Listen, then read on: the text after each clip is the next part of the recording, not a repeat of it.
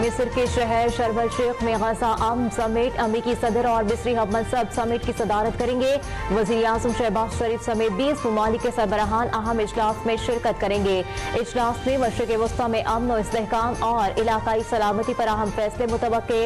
Hamas ने कहा है कि वो इजलास में हिस्सा नहीं लेगी।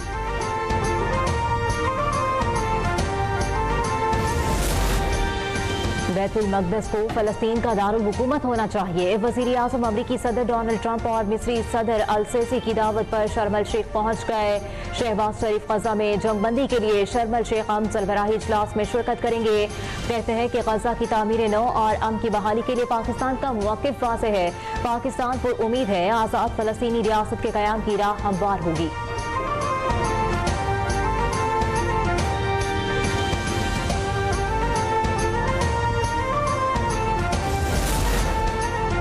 हमास और इसराइल के दरमियान यरगमानियों और कैदियों का तबादला। इसराइली यरगमानी रेड क्रॉस के सपोर्ट। रेड क्रॉस ने इसराइली कैदियों को सपोर्ट करने की तस्दीक कर दी। इसराइली जेलों से 1966 फ़लस्तीनी कैदी रिहा किए जाएंगे।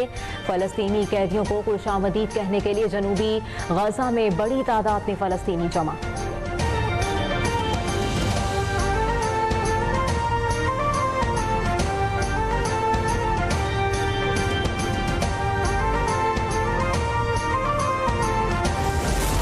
जनाब मोहम्मद सुहेल अफरीदी साहब MPA PK 70 की हासिल करदा वोटों की तादाद है 90।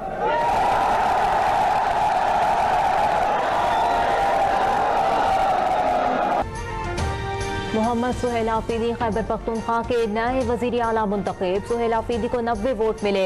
ऑपोजिशन का इंतखाबी अवल से वॉकआउट। स्पीकर बाबर सरीफ स्वाति ने रूलिंग देते हुए कहा, जो इस्तीफा अली अमीन ने 8 अक्टूबर को दिया उसकी आज तस्दीक हो रही है।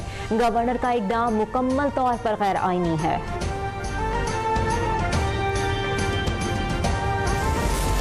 एक मिडिल क्लास फैमिली से ताल्लुक रखने वाला बंदा जिसका ना भाई सियासत में है, ना वालिद सियासत में है, ना चाचा सियासत में है, ना दादा सियासत में है और ना ही फैमिली का इस तरह बैकग्राउंड है। और मेरे नाम के साथ ना जरदारी है, ना भुट्टो है, ना शरीफ है। अपने इन बाजुओं पर यहाँ तक पहुँचाऊं, बाजुओं पर अपनी यहाँ तक पहुँचाऊं, मेहनत करके पहुँचाऊं। पर्ची से वज़ीर आला नहीं बना, पर्ची से वज़ीर आला नहीं बना, मैं मेहनत करके यहाँ पहुँचा हूँ। नौमुंतखब वज़ीर आला खैबर पख्तूनख्वा सुहेल आफरीदी ने कहा, मेरे नाम के साथ ना जरदारी, ना भुट्टो और ना शरीफ है। नाम के साथ जरदारी या शरीफ टिकने से कोई बड़ा लीडर नहीं बन जाता। ना कुर्सी की लालच है। मेरे लीडर जिस वक्त कहेंगे कुर्सी को लात मार दूंगा। एक खास माइंडसेट ने कबाइलियों की तस्दीक की। कबाइल हमेशा पीछे रहने के लिए नहीं। बानी PTI को फैमिली और जमात की मुशावरत के बगैर इधर उधर किया तो पूरा मुल्क जाम कर देंगे।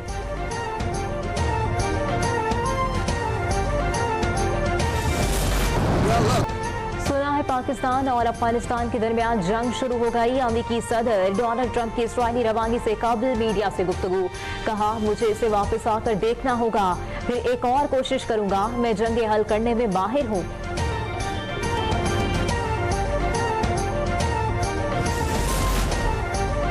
पाकिस्तान अपनी सरहद को ऐसे ही ट्रीट करेगा जैसे खुद मुख्तार मुल्क करते हैं। 2-3 रोज से जो वाकयात हो रहे हैं ये इसका फितरी रद्द अमल है। वो हमारी सरहद का एहतराम करें, हम इनकी सरहद का एहतराम करेंगे। वज़ीर दिफा ख्वाजा आसिफ कहते हैं, एक सूबे की हुकूमत को अपनी पॉलिसी को नेशनल पॉलिसी के साथ नथी करना पड़ेगी। रियासत को सूबों को बताना पड़ेगा ये मुल्क इस तरह चलेगा, इस तरह नहीं चलेगा कि एक सूबे में सरहद की कोई वैल्यू नहीं। ख्वाजा आसिफ ने जोर दिया, बॉर्डर पर बाकायदा इमिग्रेशन का निज़ाम होना चाहिए। ये नहीं होना चाहिए कि सुबह उठे और टिक्के खाने सरहद पार करके पेशावर आ गए।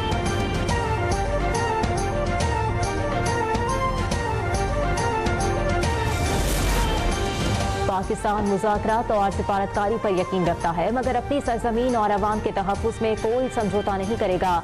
मजीद किसी इश्तियाल अंगेजी का भरपूर और दो टोक जवाब दिया जाएगा। तर्जुमान दफ्तर खारजा ने वाज़ेह कर दिया, पाकिस्तान को अफगान तालिबान फितना अल ख्वारिज और फितनतुल हिंदुस्तान की बिला जवाब जारहियत पर गहरी तशवीश है। पाकिस्तान ने अपने दिफा के हक के तहत मुअस्सर जवाबी कार्रवाई करके दुश्मन को भारी नुकसान पहुँचाया। कार्रवाई के दौरान शहरियों के तहफ़्फ़ुज़ और गैर फौजी नुकसानात से बचाव के तमाम इक़दाम किए।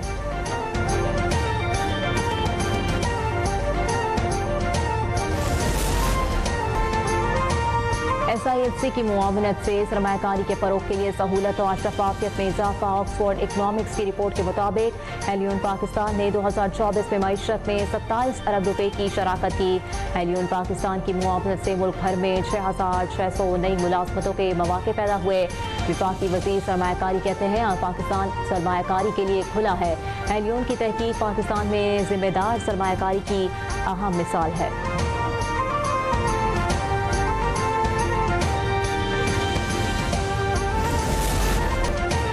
मुल्क भर में रवा साल की चौथी कौमी पोलियो मुहिम शुरू। नेशनल इमरजेंसी ऑपरेशन सेंटर के मुताबिक मुहिम के दौरान 5 साल उम्र तक के 4 करोड़ 50 लाख से ज्यादा बच्चों को पोलियो से बचाव के कतरे पिलाए जाएंगे। मुहिम 13 था 19 अक्टूबर तक मुल्क के 159 अजला में जारी रहेगी।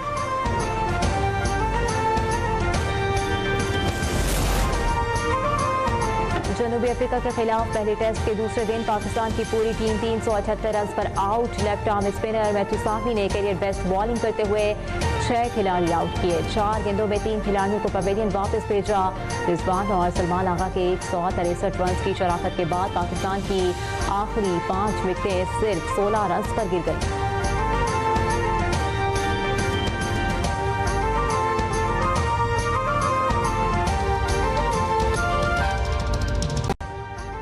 अभी सब्सक्राइब करें ताकि कोई खबर रह न जाए।